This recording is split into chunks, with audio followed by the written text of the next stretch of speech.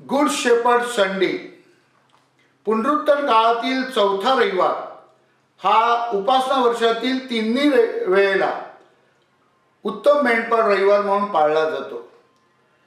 ह्या उपासनेच्या काळामध्ये आपण योहानाच्या शुभवर्तमानातील अध्याय 10 उत्तम मेंढपाळाविषयी जी शिकवण आहे त्यावर टप्प्याटप्प्याने चिंतन करतो आणि म्हणून या रविवारला उत्तम मेंढपाळ रविवार म्हणून संबोधलं जातं। आणि काय दैवी योगायोग की आपण ह्या रविवारी उत्तम मेंढपाळ रविवार साजरा होत असताना गुरुवारी 8 मे रोजी संध्याकाळी 9:40च्या वेळेला ख्रिस्त सभेला एक उत्तम मेंढपाळ म्हणून पोप लिओ 14वे लाभलेले आहेत। आणि म्हणूनच सुरुवातीला आपण पोप लिओ 14वे ह्यांच्या देणगीबद्दल परमेश्वराचे आभार मानूया आणि परमेश्वराचा पवित्र आत्मा त्यांच्यावर अवतरावा, त्यांना अभिषेक्त व्हावं आणि त्याद्वारे ख्रिस्त सभेला एक सुंदर नेतृत्व प्राप्त व्हावं म्हणून आपण विशेष प्रार्थना करूया। उत्तम मेंढपाळ रविवारी ख्रिस्त सभा आपल्याला उपासनेमध्ये उत्तम मेंढपाळाचं अनुकरण करण्यासाठी आमंत्रित करीत आहे। आणि म्हणूनच उत्तम मेंढपाळ आपल्याला काय सांगत आहे? पहिली गोष्ट आजच्या शुभवर्तमानामध्ये प्रभू येशू ख्रिस्त आपल्याला सांगत आहे की तुम्ही उत्तम मेंढपाळाचं ऐकलं पाहिजे। ऐकण्यासाठी आपली कान हे आपण उत्तम मेंढपाळाच्या दिशेने लावले पाहिजे। पण आज आपण जर आजूबाजूला बघितलं तर आजूबाजूला सर्वत्र आवाज आहे, देर इज नॉईज पोल्युशन। आणि म्हणूनच आपण त्या बाबतीमध्ये दक्ष राहायला पाहिजे। आज आपल्याला युद्धाचे वारे किंवा युद्धाचा आवाज दिसत आहेत, बॉम्ब हल्ले आणि इतर गोष्टी आपल्या कानी येत आहेत। त्याचप्रमाणे घाई गर्दी, भांडणं आणि जगामध्ये सर्व तणाव ह्याची आवाज आपण ऐकत आहे। अशा या पार्श्वभूमीवर प्रभू येशू ख्रिस्त जो उत्तम मेंढपाळ आहे, पवित्र आत्मा ह्यांचा आवाज ऐकणे कठीण होऊन बसला आहे। आणि म्हणून त्यासाठी आपण प्रार्थना केली पाहिजे, त्यासाठी आपण शांत झाले पाहिजे, त्यासाठी आपण एकाकी बनले पाहिजे आणि एकांत वासामध्ये आपण परमेश्वराचा शोध घ्यायला पाहिजे आणि परमेश्वराचा आवाज ऐकण्यासाठी आपले कान परमेश्वराच्या वाणीबरोबर ट्यून केले पाहिजेत।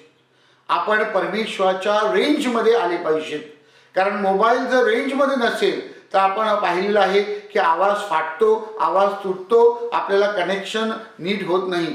तशा प्रकारे आपण परमेश्वराच्या रेंजमध्ये आलो तर निश्चितच आपण चांगल्या प्रकारे परमेश्वराची वाणी ऐकू शकतो आणि त्याप्रमाणे उत्तम मेंढपाळाचा मार्ग आपण अनुसरू शकतो। दुसरी गोष्ट उत्तम मेंढपाळ आपल्याला शिकवत आहे आजच्या शुभवर्तमानामध्ये की उत्तम मेंढपाळ म्हणतो की मी माझ्या मेंढरांना ओळखतो। ओळखणे ही एक वैयक्तिक बाब आहे, परंतु आज आपण सर्वत्र बघतो की ह्या वैयक्तिक पर्सनल गोष्टीकडे दुर्लक्ष होत आहे आणि क्राऊड मेंटॅलिटी, गर्दी, जमाव ह्याकडे लक्ष केंद्रित केलं जातं। आणि म्हणूनच आपण या वैयक्तिक पातळीमधून आपण या क्राऊड मेंटॅलिटीकडे, गर्दीकडे धाव घेत असतो। आपण एकाकी बसत नाहीत, एकांतवास साधत नाहीत, वैयक्तिक परमेश्वराबरोबर संवाद साधत नाहीत, तर आपण समूहामध्ये, गर्दीमध्ये, जमावामध्ये हरवून जाण्याचा प्रयत्न करतो। अशा पार्श्वभूमीवर प्रभू येशू ख्रिस्त उत्तम मेंढपाळ आपल्याला सांगत आहे, मी तुम्हाला ओळखतो, तुम्ही मला ओळखता का? आपण ख्रिस्ताला ओळखतो का? आपण ख्रिस्ताचा शोध घेतला आहे का? वैयक्तिक पातळीवर आपण ख्रिस्ताबरोबर संवाद साधतो का? माझ्या प्रिय बंधू भगिनींनो, जेव्हा आपण वैयक्तिक पातळीवर ख्रिस्ताबरोबर संवाद साधण्याचा प्रयत्न करतो तेव्हा निश्चितच उत्तम मेंढपाळ ख्रिस्त आपल्याला मार्गदर्शन करतो आणि आपलं जीवन फुलविण्यासाठी आणि आपलं जीवन भरण्यासाठी मदत करत असतो। तिसरी गोष्ट आजच्या शुभवर्तमानामध्ये उत्तम मेंढपाळ ख्रिस्त आपल्याला सांगत आहे आणि ती म्हणजे तुम्ही माझं अनुसरण करा। Follow the good shepherd. आज आपण कोणाचं अनुकरण करतो? आपण जर यूट्यूब बघितलं तर आपल्याला वाटतं की यूट्यूबचं अनुकरण केलं पाहिजे। आपण रस्त्यावर होर्डिंग्स पाहतो, आपण चित्र पाहतो, फोटो पाहतो, आपण त्यांचं अनुकरण करण्याचा प्रयत्न करतो. आपले जे तरुण आहेत ते कोणाचं अनुकरण करण्याचा प्रयत्न करतात? जे समाजामध्ये आदर्श जीवन जगतात, तत्वनिष्ठ जीवन जगतात, ख्रिस्ताच्या शुभवर्तमानाला अनुसरून जीवन जगतात, त्यांचं अनुकरण होते का?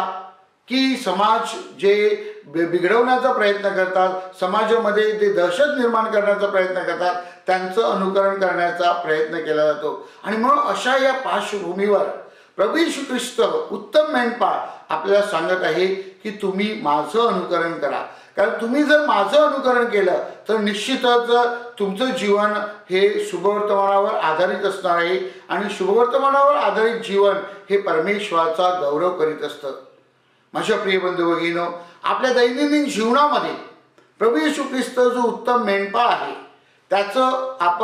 त्याप्रमाणे आपण उत्तम मेंढपाळ झाले पाहिजे. आपल्यावर जी जबाबदारी आहे ती जबाबदारी पार पाडण्यासाठी उत्तम मेंढपाळाचा आदर्श आपण जोपासला पाहिजे. मग आपण आई वडील असू, आपण तरुण असू किंवा आपण शिक्षक असू, जे काही आपण करतो ते उत्तम मेंढपाळाच्या दृष्टिकोनातून आपण केलं तर निश्चितच त्याचा लाभ आपल्याला होणार आहे.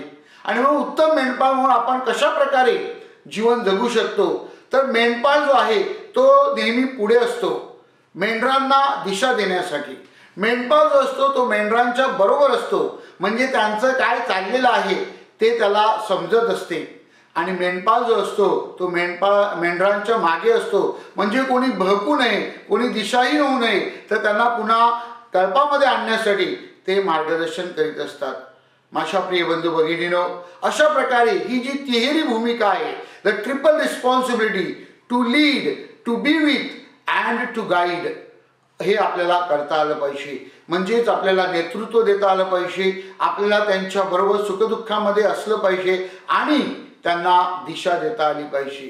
या रविवारी आपण प्रार्थना करीत असताना आपल्याला जी नवीन पोप लाभलेले आहेत, पोप लिओ 14 त्यांच्या देणगीबद्दल परमेश्वराचे आभार मानित असताना त्यांच्यासाठी प्रार्थना करूया. माझ्यासाठी प्रार्थना करा, कारण माझ्यावर देखील धर्मप्रांताची जबाबदारी आहे. आणि एक उत्तम मेंढपाळ म्हणून मी धर्मप्रांताला दिशा द्यावी, धर्मप्रांताच्या वेदनेमध्ये, सुखामध्ये, दुःखामध्ये तुमच्या बरोबर असावं आणि धर्मप्रांताला एक मार्गदर्शन करावं म्हणून माझ्यासाठी प्रार्थना करा.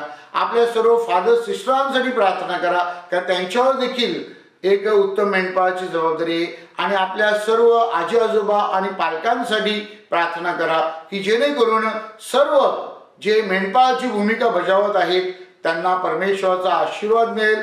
आणि प्रभू येशू ख्रिस्त जो उत्तम मेंढपाळ आहे, जो जीवन देणार आहे, जो विपुलपणे जीवन देणार आहे, त्याचं अनुसरण करून आपलं जीवन फुलावं, बहरावं म्हणून विशेष प्रार्थना करूया.